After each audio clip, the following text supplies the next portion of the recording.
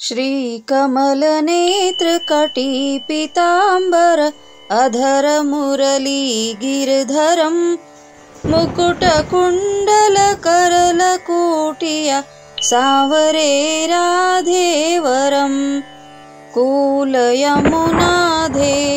आगे सकलगोप्यनके मनहरं पीतवस्त्रबरूढवाहन चरणसुखनितसागरं करतकेलकलोलनिषदिन कुञ्जभवन उजागरम् अजरामरडोलनिश्चल पुरुषोत्तम अपरापरं दीननाथ दयाल गिरधर कंसहिरणाकुशहरं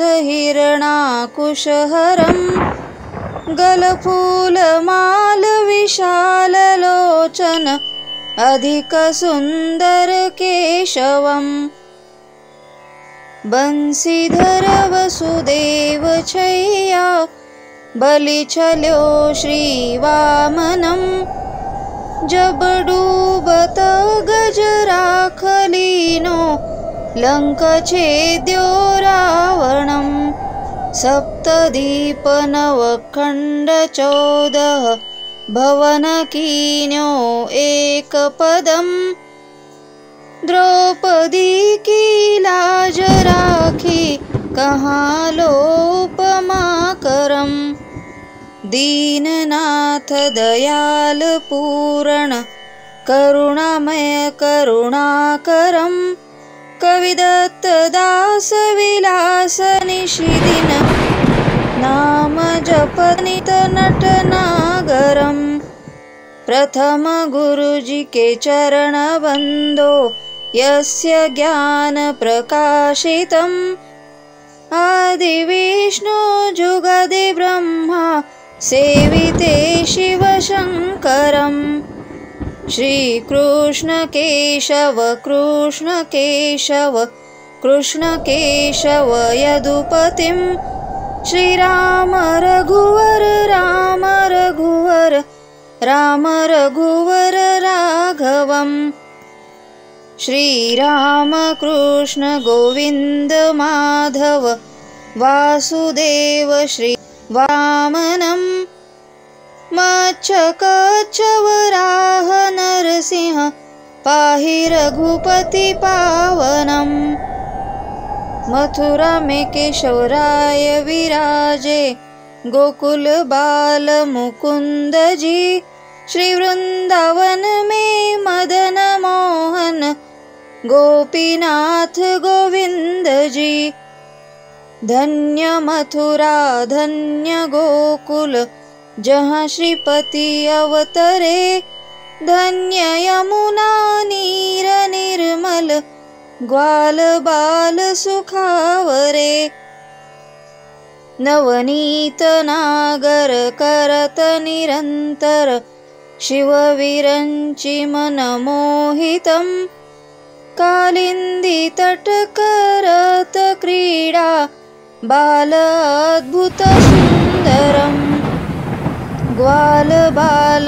सब सखा विराजे संग राधे भामिनी बंसीवट तट निकट यमुना मुरली की टेर सुहावनी भज राघवेश रघुवंश उत्तम परम राजकुमार जी सीता के पति भक्तन के गति जगत प्राण आधार जी जनक राज पणाक राखी धनुष बाण चढ़ावही सती सीता नाम जाके श्री रामचंद्र परणावही जन्म मथुरा खेल गोकुल नंद हरि नंदनम बाल लीला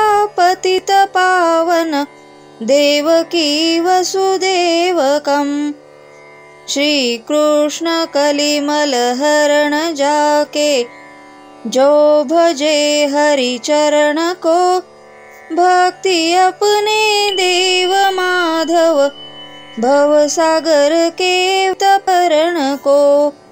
जगन्नाथ जगदीश स्वामी, श्री बद्रीनाथ विश्वंभरम, द्वारिका के नाथ श्रीपति, केशवं प्रणमाम्यहम्।